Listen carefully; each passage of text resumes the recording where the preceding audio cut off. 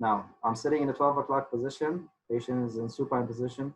Notice how I'm going to put the mirror behind the head of the handpiece, distal to the head of the handpiece, right? This is going to allow me to be able to see along that central groove. So that's a very important step. And let me talk a little bit about how to hold the handpiece, because that's also very important. Holding the handpiece, we have to hold the handpiece with 3 fingers, right? The middle finger is closer to the head of the handpiece. The index and the thumb are a little bit away from the head of the handpiece, and they're not touching. They're actually holding the handpiece. And notice how my middle finger is kind of parallel to the shank of the handpiece, which later on allows me to extend also the ring finger. And then notice how the ring finger becomes my support fulcrum. And I can put it very close to the area that I'm preparing. So I put it very close so that I have ultimate control over the burr. And notice how my ring finger is on top of it. Sorry, my middle finger is on top of my ring finger. And so this stability is transmitted into the burr. The burr is crazy. If you think about it, 200,000 RPM, at some point the burr will slip. Unless we have this ultimate control over the burr that gives you this very stable axis. You can move distally, mesially, you can move facially, lingually, up, down, and the burr is always stable, always vertical. See that? So finger support is extremely important. We might not think about it, but it is really a big part of success. If you have support over the burr, then the burr will respond when you're making the cuts. And then positioning. When we talk about positioning, we think about 4 things: the position of the mirror, the position of the burr, but also the position of the operator and the patient. So we talked about me sitting in a 12 o'clock position. Patient is in supine position. Mirror is behind the head of the handpiece, allowing me to see along that central groove. And then the burr is vertical. So I'm not leaning the burr lingually, I'm not leaning the burr facially. The burr is vertical. I'm looking along that central groove. I'm going to start at the mesial pit. And again, notice how I can see that central groove. And that's why I'm going to be able to cut exactly along that central groove. So this is one of the golden rules. If you want to make a precise cut, you want to look in the direction of the cut. So we're going to start at that mesial pit. I'm going to go at least 1 millimeter. So in the beginning, I'm going to go 1 millimeter, about 2/3 of the 330 burr. By the way, the 330 burr, the height of the 330 burr is 1.6, and the diameter at the tip is 0.8. So we're going to use these numbers for measuring later on. So again, I'm looking along the central groove, and that's why I'm going to be able to cut along the central groove.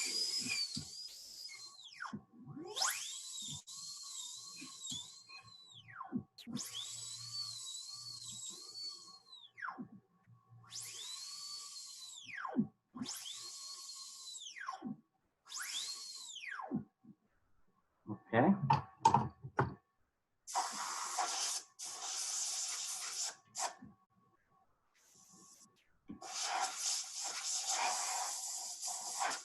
So we've made a cut exactly along that central groove. Okay, so we've made a cut along the central groove, and now let's make a reference of where should I make that dovetail extension. Let me get closer to that buckle groove, so I know that I have included the central bit.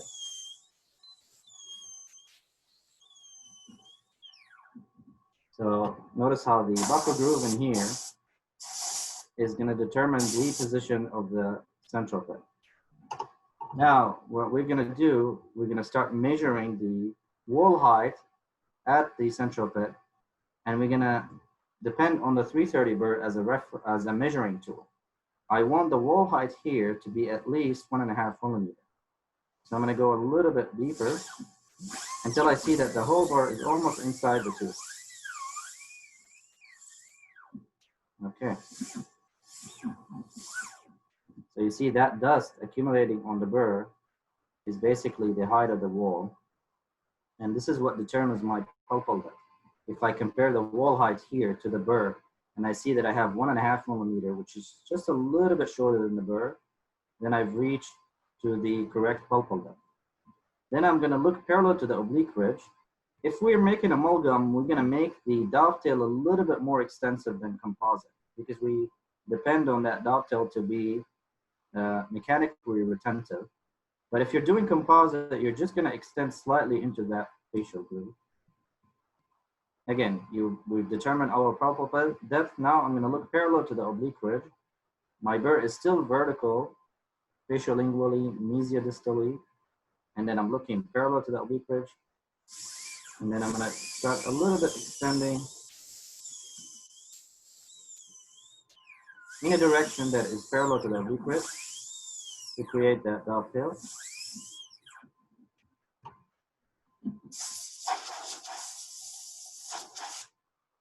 Okay, so that's it.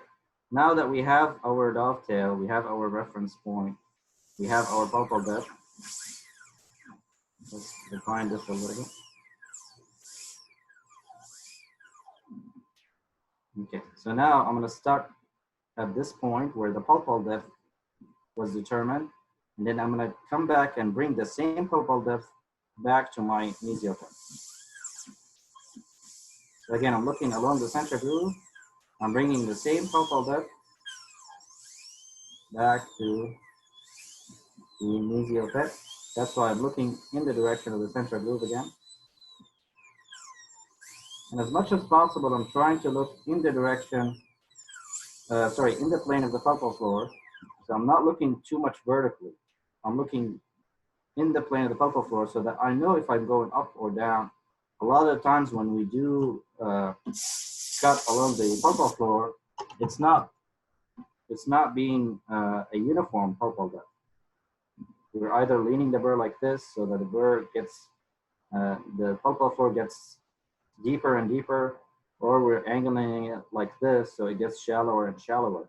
That's why we have to make sure that the burr is vertical, mesiodistally, facial-lingually, and that we're looking along the center groove in the plane of the pulpal floor so that we know that we are making sure our depth is uniform as we are passing from the central pit to the mesial pit again, like a sweeping motion. And another thing we can actually depend on is light reflection. So if I look vertically down and I see uniform light reflection, it's uniformly bright, it tells me that this surface is at a uniform distance from my eye. But if I look down and I see dark spots and bright spots, usually that means that your pulpal floor is irregular. Some areas are deeper than other areas. Okay, so at this point, I'm going to stop for a second and evaluate. Where is the middle of my contact? So don't just assume that you have to continue cutting with the center groove, because you might be over-reducing in some areas. Think about the middle of the contact. So here's the middle of the contact. I'm looking from the occlusal view. And then I'm going to determine that, okay, this is the middle of my contact right here, right? So notice right now, I'm going to connect straight to the middle of the contact. I'm not going to simply just go with the direction of the center groove, because otherwise, if you do that, you're going to over-reduce in this area. You're going to overextend your lingual margin, the lingual wall. So that's why from the mesial pit, we want to cut straight line to the middle of the contact. Okay. Now, again, I'm still looking along the mesiodistally. So I'm looking in the direction of the cut. My burr is still vertical. And then I'm going to start cutting from the center groove to the middle of the contact. If the wall height is higher than the burr, then make it into two levels. A level up here, and then come back to your pulpal depth.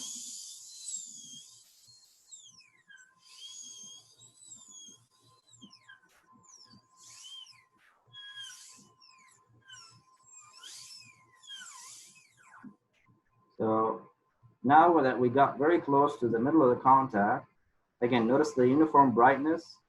You have to have uniform pupil depth everywhere. Now that we're very close to the contact, I'm gonna start looking from the buccal view. Notice how I'm resting my hand on the patient's cheek. And then notice the mirror is here between my index and my thumb.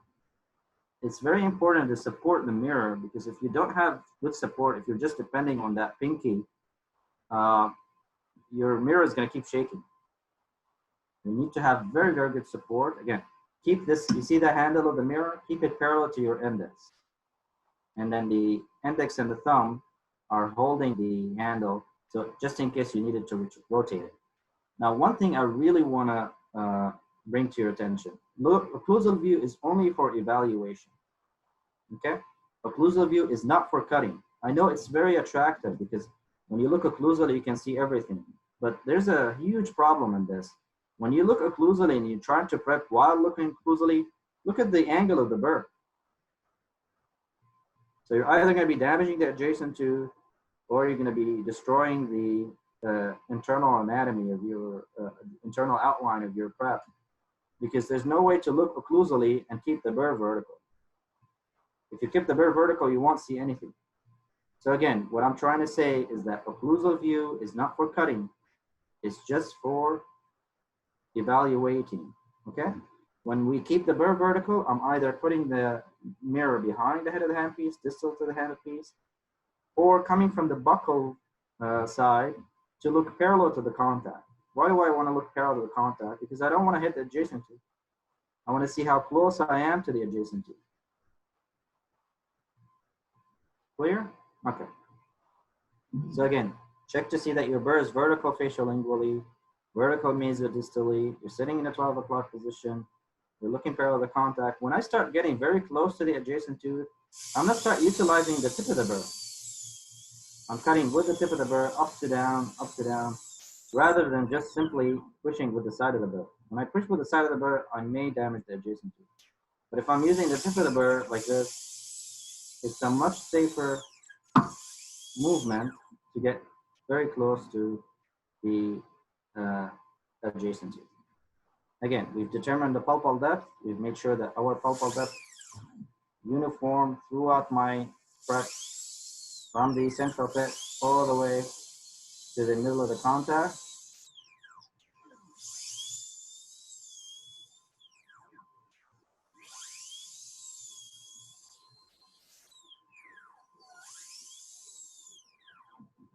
Okay. So always make sure that you have uniform pulpal depth. All right, now the second step here, as we are in the proximal box, is to put the margins in a place that will give me 0.5 millimeter clearance. You have up to 1 millimeter clearance here in class 2. So notice here when I look occlusally, I want to focus on the embrasures, right? So right here would be a good position for the lingual margin. And if you can see, you can use the tip of the 330 burr as a gauge, right? To measure how much clearance you will get.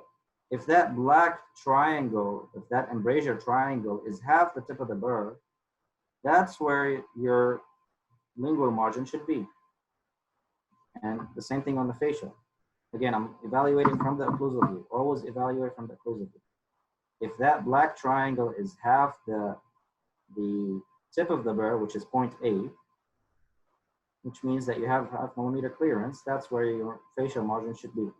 So we get a sense of how far we should go facial lingually, right? Is that clear? Yes. Okay, Yeah. awesome. So here's the burr being vertical. Again, I'm looking parallel to contact. You need to feel comfortable working right next to the adjacent tooth. There's no way around it. You can delay it. I know that a lot of you just keep like tooth structure in here and try to pretend there's no adjacent tooth. And then later on, you're gonna have to deal with it, right? You know, whether you start with keeping tooth structure between you or the adjacent tooth, or from the beginning, be comfortable working next to the adjacent tooth. There's no way around removing two structure right next to the adjacent. So might as well get comfortable doing it, and might as well train yourself on how to do it properly, right? So how do we do that? Again, we talked about looking parallel to the contact, and we look parallel to the contact like this from the buckle, 45-degree down, parallel to the contact. We make sure that our burr is vertical, and we talked a little bit about, nipping motion. So you're using the tip of the burr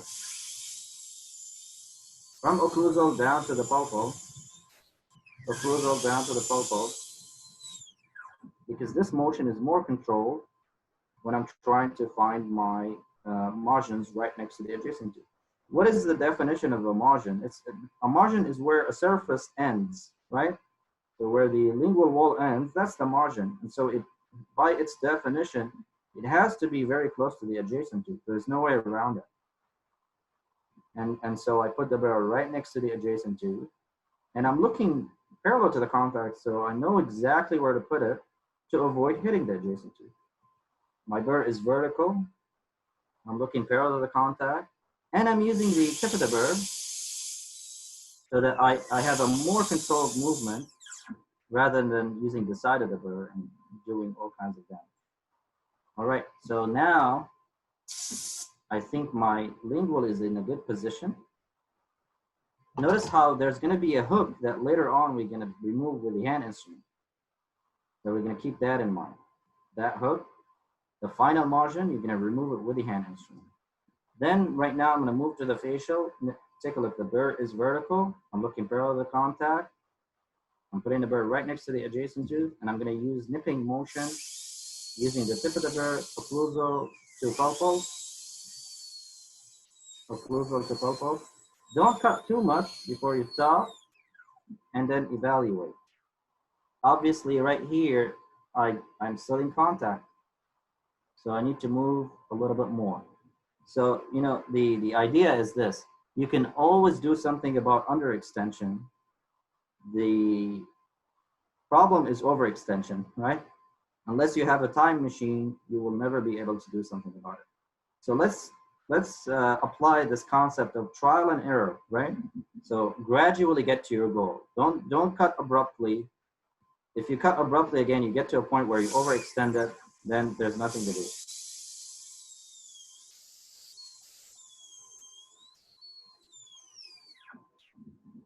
So advance in 0.5 millimeter increments and then evaluate. Not yet. See, I'm trying to measure that black triangle, and I think that I can move a little bit more facially. Every time I remove the burr, I check if my burr is vertical. I'm looking parallel to the contact. I put the burr right next to the adjacent tooth. And then again, I'm using the tip of the burr, occlusal to pulpal, making sure that my pulpal depth is always uniform. So just a little bit more facially, not quite there yet. Again, putting the burr right next to the adjacent tooth. Tip of the burr right at the margin. Make sure that pulpal depth is uniform.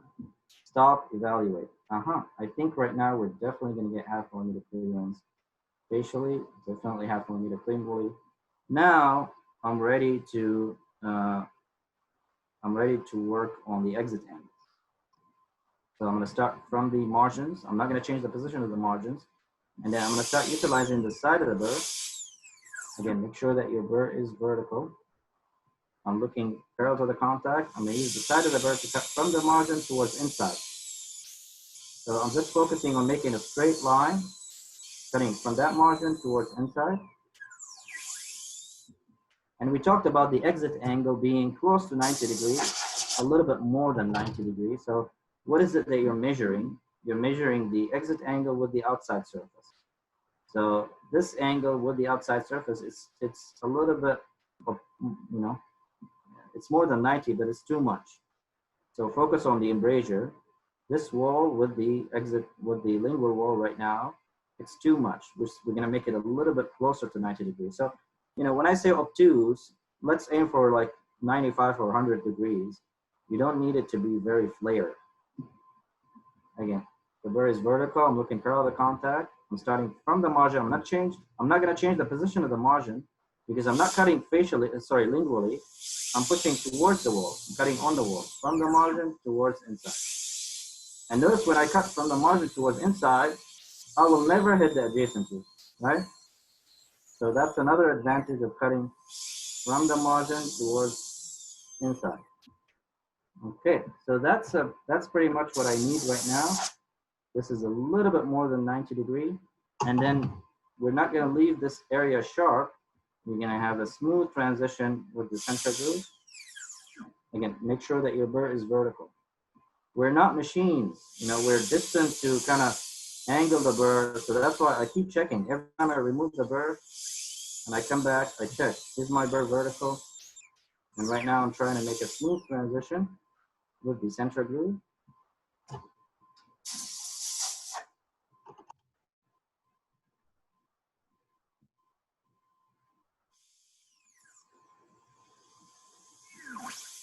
So that lingual exit angle might actually be continuous with the position of the central groove. Pretty much like an ideal class 2 in the textbook. So you're gonna have just a continuous wall in here. Let's talk about the facial. Again, the burr is vertical. I'm looking parallel to contact. Notice how I can't see the facial wall, but what do I see? I see that my burr is vertical, and I see that my burr is going to move from the margin towards inside. So from the margin towards inside. I'm just focusing on making a straight cut from the margin towards inside. From the margin towards inside. And if the wall is higher than the burr, you can do it in 2 steps. Notice how we start with quite of an obtuse exit angle, and then little by little, you're going to get to a better exit angle. So again, here's the burr being vertical. I'm looking parallel to the contact, start from the margin, and then we're going to cut towards the inside. Towards the inside.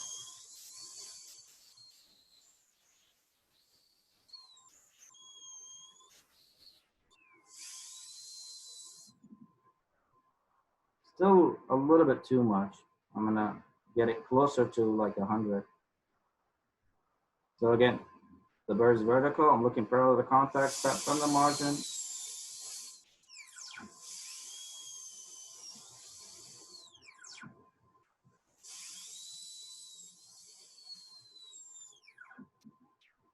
Okay, so that's where I want it right now. I'm not going to leave this area sharp. I'm going to come back and make a smooth transition with the center groove.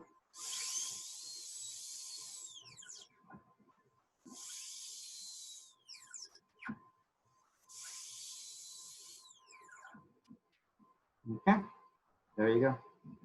So that's basically where we're at right now.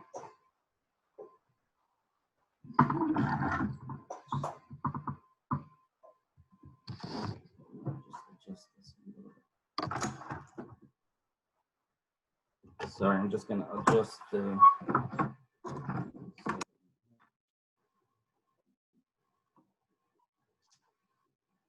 Okay, so now we're going to switch to the 55th burr. The 55th burr is a straight fissure burr that has the same diameter. It's 0.8 in diameter, but it's longer, so it's easier to pass gingivally. And we're gonna get a hint of how far do I need to go gingivally before I get that 0.5 millimeter clearance. So, you know, about like... Dr. Zendaki, sorry, I couldn't hear what number of burr is that? Oh, okay. Let's see. Can you guys hear me now? Yes, yes. Okay. So I'm saying that the burr that we're going to use to go gingivally is the 55 burr. It has a diameter of 0.8, and we use it so that we can go gingivally. And if we look from the facial to evaluate how deep we should go before we get to the 0.5 millimeter clearance, you see we're going to need to go at least like almost like half the burr, which is around like 2 millimeters in depth. Okay, before I go, but notice how we're almost done. We're like 80% done because we have the outline. Simply, we're just going to follow that outline to go gingivally, right?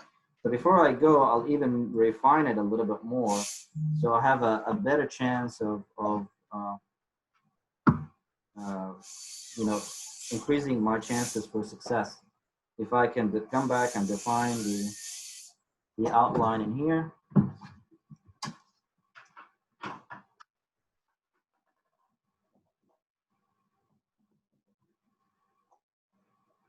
Just give me a second, guys.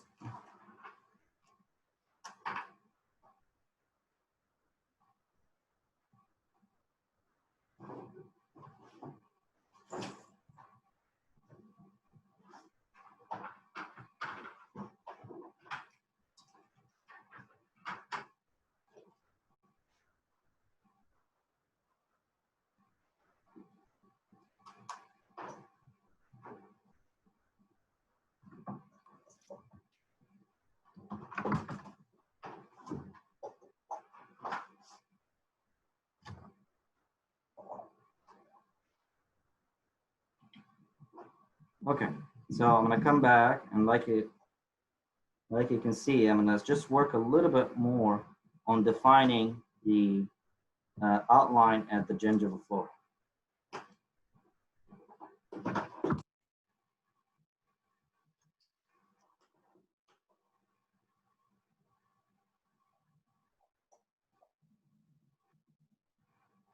So coming back with my 55 on a very low speed, just come back and define the pulpal depth against these exit angles. Make sure that you're uniform everywhere.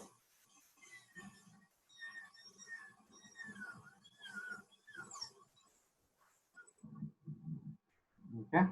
This way, you're absolutely to follow this outline when you're going gingivally, and then you don't have to guess at all. You have the position of the margin, you have the exit angle, everything is ready for you.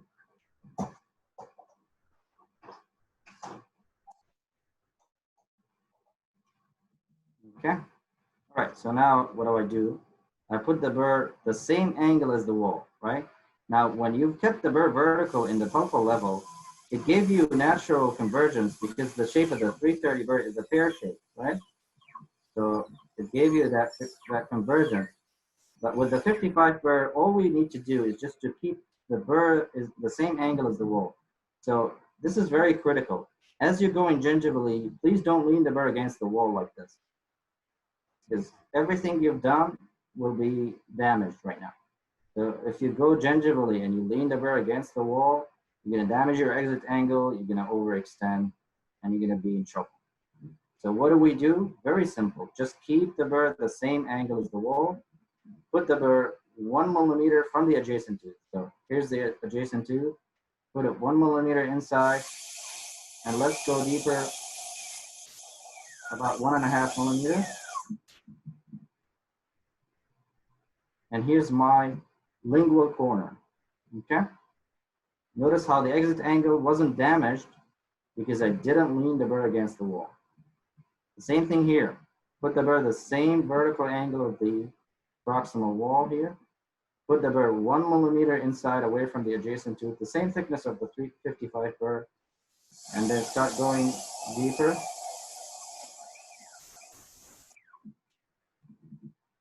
And here is my facial corner. Now, if we put those corners in the right place, your axial wall is going to be in the right place, right? So it's just as simple as that. If you overextend them, your axial wall is going to be overextended. If you underextend them, your axial wall is going to be underextended. Now, the goal is this. I want to cut away from this wall in a direction that is parallel to the outside surface. And then the same thing in here. I want to cut away from this wall in a direction that is parallel to the outside surface so that the shape of the axial wall is convex following the outside surface, okay? So I'm gonna come back in here to my lingual corner, and I'm, again, looking parallel to the outside surface. I'm gonna cut parallel to the outside surface. learn to also increase the speed. If you need to cut more, the speed needs to be more. So you have a slot prep like this. And notice how, again, the direction is parallel to the outside surface. And then the same thing, starting from the facial corner. Notice how I can't see the tip of the burr, but I know the position of the burr mediadistally. I'm going to put it right into that corner, right? And then I'm going to start cutting away from that corner in an attempt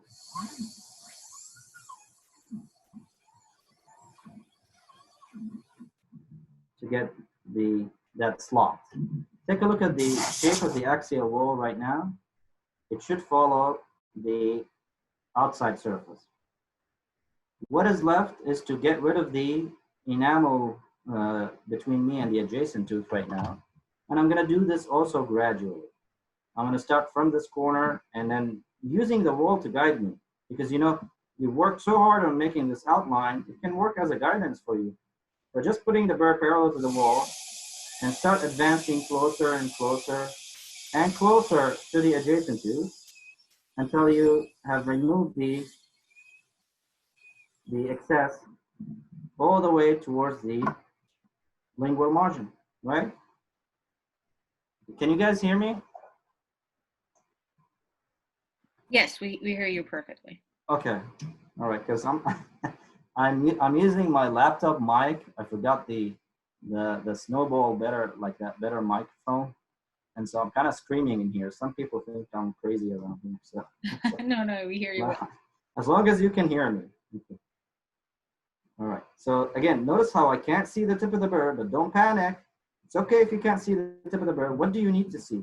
You need to see that the burr is the same angle as the wall, and you need to see that the burr is moving closer and closer to the adjacent tooth, right?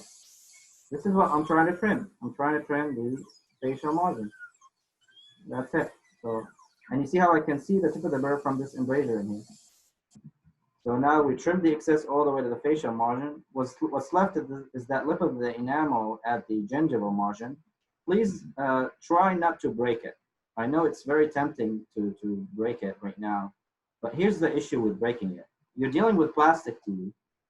In fact, even if you're dealing with natural teeth, you might get a big chunk of the tooth broken. And then your gingival margin is going to be way too deep. That's one thing. Another thing, if you're lucky, you're only going to get a small bevel. But here's what they say for the red class 2 composite. If you know, bevels are not required, but if you make a bevel, you better be sure that you've done a good job, because they're going to evaluate it. Okay? But here again, let me repeat. It's not mandatory to make a gingival bevel. However, if you make a gingival bevel, they will evaluate it, meaning they will still evaluate your clearances with bevel or without bevel. They will still evaluate your bevel thickness, your continuity of the bevel from one margin to the other. So if this was a patient, honestly, I would have done a bevel, but because this is a plastic teeth, then who cares? Just don't add an extra step that may put you in a position where you're losing grades, okay? So in my rev exam, it was on a patient, it was on my sister. So I made a bevel, and that's reasonable, because we know how important it is to put a bevel to improve the adhesive strength. But what I'm doing right now is I'm thinning this area. I'm going facial-lingually like this. I'm making it thinner, and it's gonna break on its own.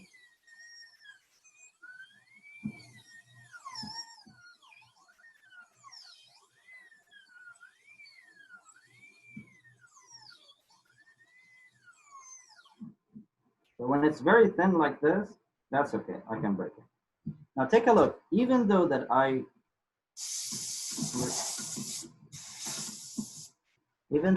broke this, I still don't have clearance. So right now, I still don't have enough gingival clearance. So now we have a choice, okay? we either come back with the GMT and also evaluate after GMT whether we're going to get enough clearance or not, or just simply go a little bit more gingivally with the bird. If you leave it like this in contact, they're not going to be happy with you, okay? But I'd rather be underextended than overextended, because when I'm overextended like this, I'm simply going to come back and repeat the steps that we talked about, right? So, but if I had an overextension, let's say 2 millimeter clearance, I know for sure that I'm not going to score 5 or maybe not even 4. So going back to the steps that we made, put the bird in the corner, drill a hole, cut away from that wall, cut all the way to the margin.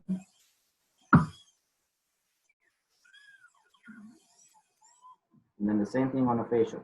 Put the bird in the corner, drill a hole, cut away from that wall, trim the excess all the way to the facial margin, trim the excess along the gingival margin.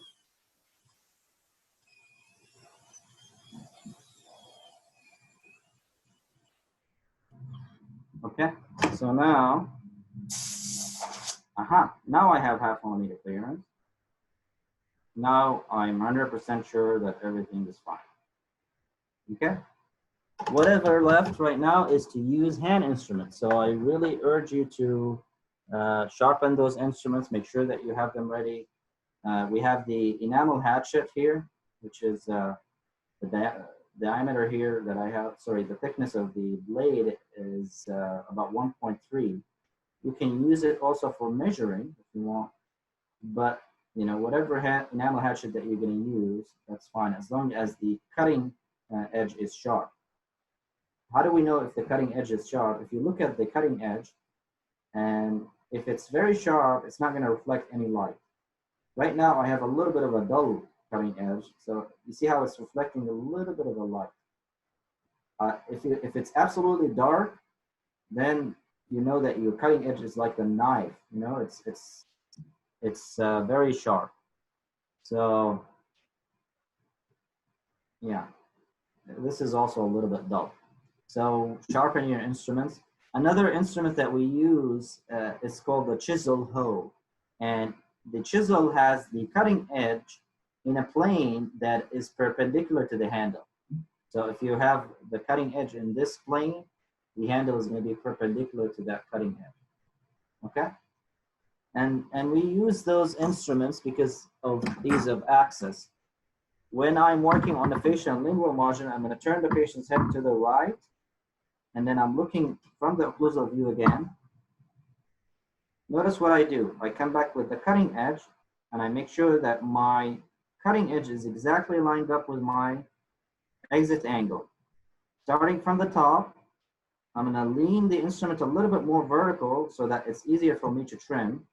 And then again, start from the top, trim that margin all the way down. Again, hand instruments are not designed to cut, so don't depend on them, you know, to make miracles. If anything, that if you use them aggressively, they're going to make disasters, not miracles. But this is what we want. Notice how we have now a margin that is uniform. There's no undermine enamel. And if you're doing amalgam, you can sharpen the internal line angle. If you're doing composite, you don't need to sharpen the internal line angle. We're going to come back to the lingual. Again, the same thing. The cutting edge is the same as the exit angle. Start from the top, lean the blade a little bit more vertical, and then very gently start trimming down until you get to the gingival. So you have absolutely no undermine enamel at the lingual or facial margins. Okay?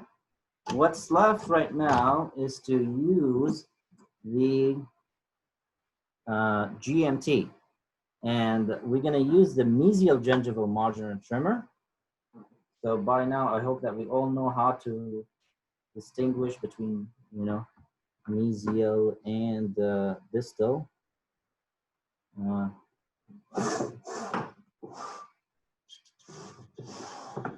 Now these instruments are not the best. So Let's see. But that's what I have right now. Okay. Now, if you want to know exactly if this is a GMT that is mesial or distal, if the cutting edge is sloping towards you, you're holding it in front of you, and then the cutting edge is sloping towards you, that's mesial. And if you look at it like this, the pointy end is towards the adjacent tooth. And again, I'm looking from the occlusal view with the mirror, and then with a plowing motion or scraping motion, I'm starting from the middle and then scraping towards one proximal wall. And then again, starting from the middle and then gently, plowing or scraping towards the other wall. So be careful not to use it aggressively. And here's a blanket statement as well. If you use any hand instrument while the surface is irregular, you're gonna have big trouble, right? Because if you're using the instrument when the surface is irregular, you're gonna be using it aggressively, and then you're gonna cause the tooth structure to chip off rather than being trimmed. So notice how before I even thought about hand instrument, I made sure that I am 99% done with my prep. And all of the prep was done with the burr. Now take a look at, why did we angle the gingival? Can anybody tell me?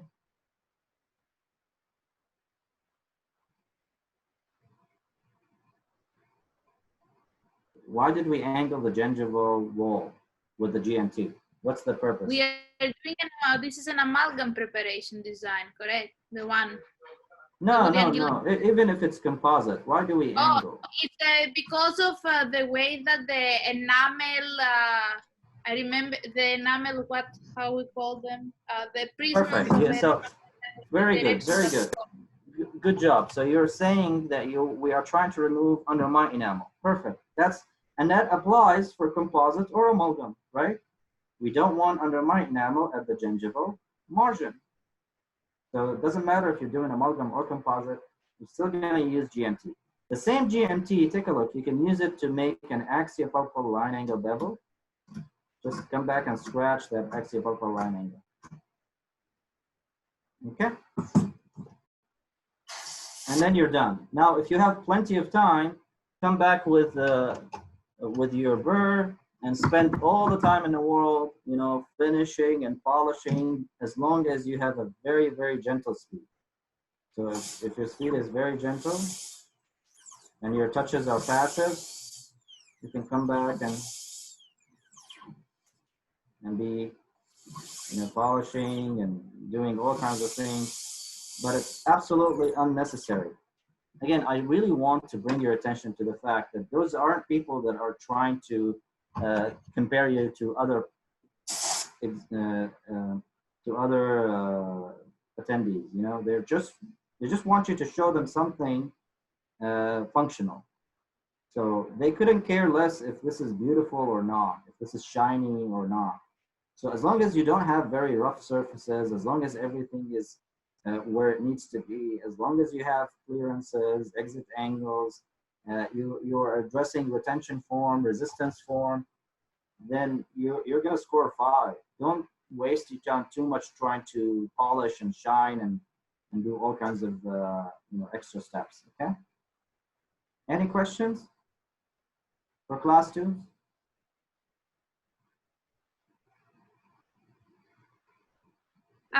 So in because most of us were gonna do a composite design. Do we need also to bevel the outer line on the occlusal surface? Correct? No. You don't need to. No. Here's the thing about composite. This is a composite prep. This is what I did right now is a composite prep. So, but here's the thing. What you need to understand is that they are not asking you to bevel. Okay. So don't add an extra step. Another thing is that what we care about is, with composite is the enamel margin in the proximal box right here, right? And because I left the angles obtuse, there's already enamel rods ending exposed right here, all the way down and all the way around here. And I'm not, like I explained, ideally I would have beveled the gingival as well, but I'm not gonna because this is a plastic tooth. It's not a patient. So I don't want to add an extra step that might be counted against me. You can absolutely bevel the gingival, but there's absolutely no need to bevel cable surface in here. There's absolutely no need to do that.